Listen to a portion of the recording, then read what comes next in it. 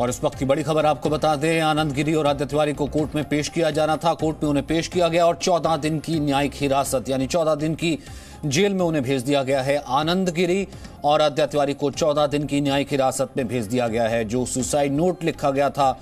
महंत नरेंद्र गिरी द्वारा, उसमें आनंद गिरी और आदित्य दोनों का नाम था। पुलिस लगातार इनसे पूछताछ कर रही थी, इनकी गिरफ्तारी हो चुकी थी। कोर्ट में आज पेश किया गया और 14 दिन की न्यायिक हिरासत में भेज दिया गया है।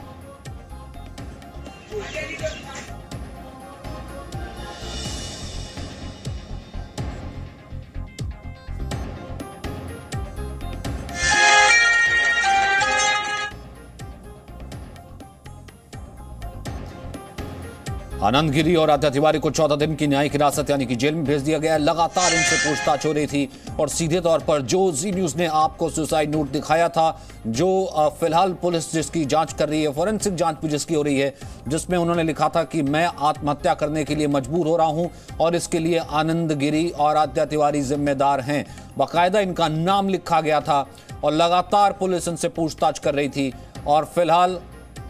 आनंद गिरी और आदित्य तिवारी को 14 दिन की न्यायिक हिरासत में भेज दिया गया है। आज कोर्ट में इनकी पेशी हुई और 14 दिन की जेल, 14 दिन की न्यायिक हिरासत में भेजा गया है।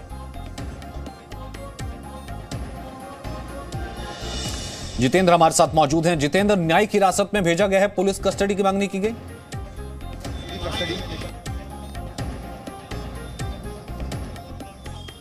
जितेंद्र,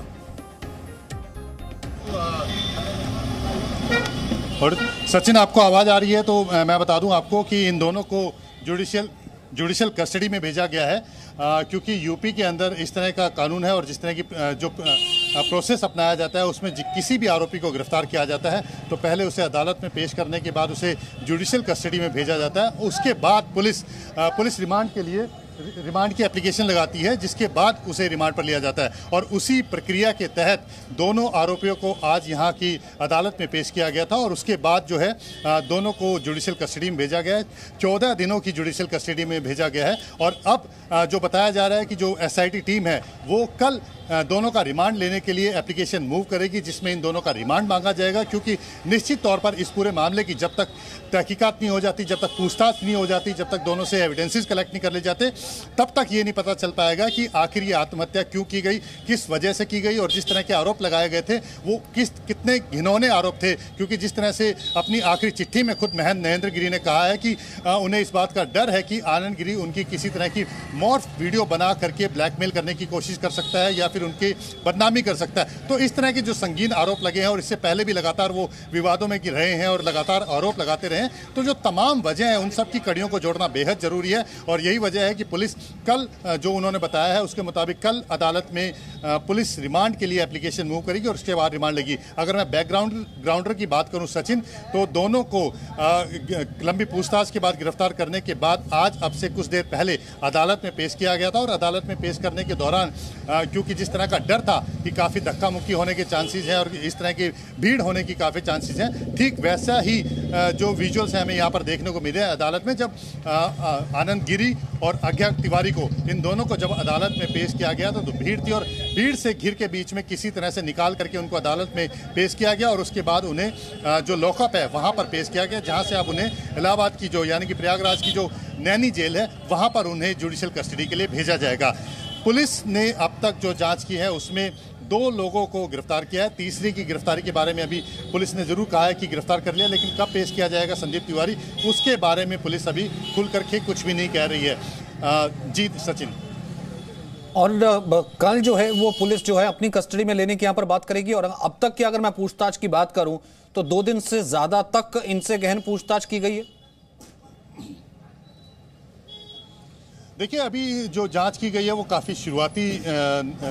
स्टेज पर है, क्योंकि पुलिस सबसे पहले इस बात का इंतजार कर रही थी कि जो तथ्य सामने आए हैं अभी तक वो पोस्टमार्टम रिपोर्ट से मेल खाते हैं या नहीं खाते हैं। जिस तरह के आरोप लगाए गए थे कि महंत नरेंद्र गिरी ने आत्महत्या की है क्योंकि उनको आनंद गिरी जो है कहीं ना कहीं ब्लैकमेल कर रहा था, उनके ऊपर दबाव बना रहा था और इसी से आहत होकर के उन्होंने सुसाइड किया है और अपनी एक सुसाइड नोट भी लिख करके गए हैं। तो जो वहाँ पर जो सीन ऑफ क्राइम था उसको पुलिस ने जांचा परखा था। जो वहाँ पर लोग मौजूद थे जिन्होंने सबसे पहले दरवाजे को तोड़ करके महंत नरेंद्र गिरी को बाहर निकाला था, रस्सी तोड़ करके बाहर निकाला था और उसके बाद पुलिस को बुलाया था। तो ये जो तमाम जो पूछताछ थी वो पुलिस ने की है और उसके बाद आनंद गिरी से कल लंबी पूछताछ की गई। उसके बाद आज्ञा तिवारी को हिरासत में लेकर के बाद में गिरफ्तार किया गया, उनसे लंबी पूछताछ की गई है और उसी के आधार पर जो सवाल जवाब थे कि जिस तरह से आनंद गिरी भी अपने बचाव में बार बार ये कह रहा था कि